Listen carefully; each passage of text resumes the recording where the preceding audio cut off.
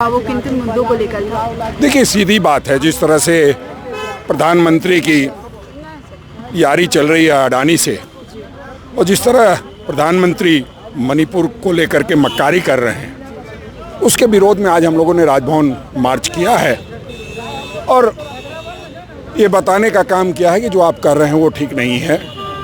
संविधान को ताक पर के रख करके काम मत कीजिए। One nation one election, one nation one businessman की पद्धति पे काम मत कीजिए।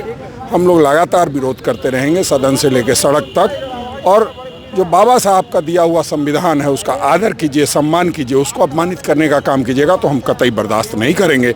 उसी बात को लेकर के आज हम लोगों ने मार्च किया है। आने वाले दिनों में कांग्रेस की रणनीति क्या रहेगी? देखिए, रणनीति सीधी है कि आपको संविधान को मानना पड़ेगा और उसके लिए हम लोग को किसी भी हद तक जाना होगा, जाएंगे। गॉडसे के चाहने वाले, महात्मा गांधी के हत्या करने वाले लोगों की हम नहीं चलने देंगे और जो वो विचारधारा देश पे थोपना चाहते हैं उसको नहीं थोपने देंगे।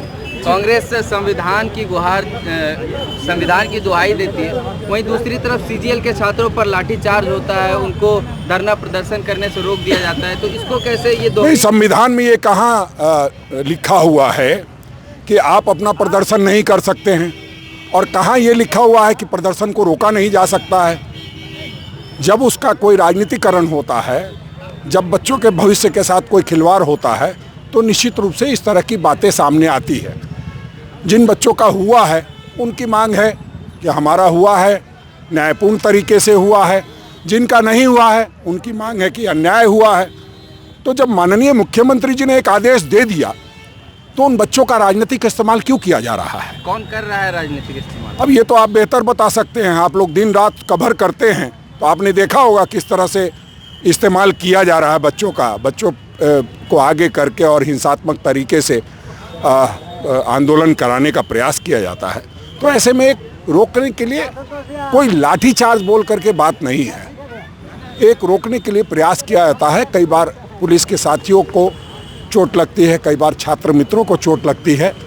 ये भी एक लोकतंत्र का हिस्सा है। वो अपना अधिकार मांग सकते हैं और जो कार्यपालिका के लोग हैं वो कानून व्यवस्था को काबू में रखने के लिए इस तरह की काम। बाबूलाल मरांडी जी का इस पर एक बयान आया था कि हेमंत सोरेन सीबीआई जांच की मांग से इसलिए बच रहे हैं क्योंकि कहीं ना कहीं ये सीजीएल घोटाले में हेमंत सोरेन का सीधा सीधा हाथ है, इसलिए वो सीबीआई जांच नहीं चाहते, डर रहे हैं सीबीआई जांच से। बाबूलाल मरांडी जी सदमे में हैं और दया आती है उन पर, इसलिए उनके संदर्भ में कोई सवाल ना ही पूछे तो अच्छा होगा। सीबीआई क्या, ईडी आकर के देख ली, क्या हुआ? ईडी का हश्र किसी से छुपा नहीं है। जिस तरह से परेशान करने का काम किया गया और जो कहते थे लोग कि 56 इंच के छाती वाले प्रधानमंत्री हैं, तो हमने 56 विधायकों को देकर के जो सीना तोड़ने का काम किया है, तो निश्चित रूप से सदमे में और सदमे में इस तरह की बातें करते रहते हैं। उनके बात को बहुत तवज्जो देने की ज़रूरत नहीं है। चंद दिनों के मेहमान हैं, हो सकता है उस पार्टी में भी रहें कि नहीं रहें, तो इसलिए उन पर ज़्यादा चर्चा मत कराइए। सर, आप लोग मैया समाज योजना कितनी बातें करते हैं औरतों को धनराशि देने के लिए, बट आपके ही राज्य में औरतें यहाँ पर सुरक्षित नहीं है। पिछले 6 दिसंबर को एक केस सामने आया था कि छोटी बच्चियों के साथ एक हैवान जो है उनके प्राइवेट पार्ट्स को टच करता है और लगभग 9 से 10 दिन लग गया उसको पकड़ने में और उसके साथ कार्रवाई करने में। और आप लोग मणिपुर की जो घटना है बार बार उसको उठाते हैं मुद्दा। सवाल आप ही कर रहे हैं। मणिपुर का घटना जो किया वो पकड़ा गया क्या? प्रधानमंत्री मणिपुर गए क्या?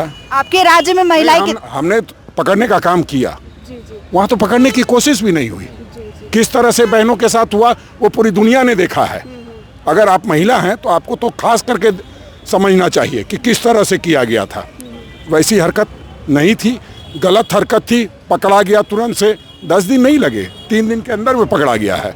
10 दिन आप अभी एक और घटना सामने आई। देखिए, निश्चित रूप से इस तरह की जब घटना होती है तो कहीं ना कहीं हम शर्मिंदा होते हैं। प्रधानमंत्री तो शर्मिंदा भी नहीं होते।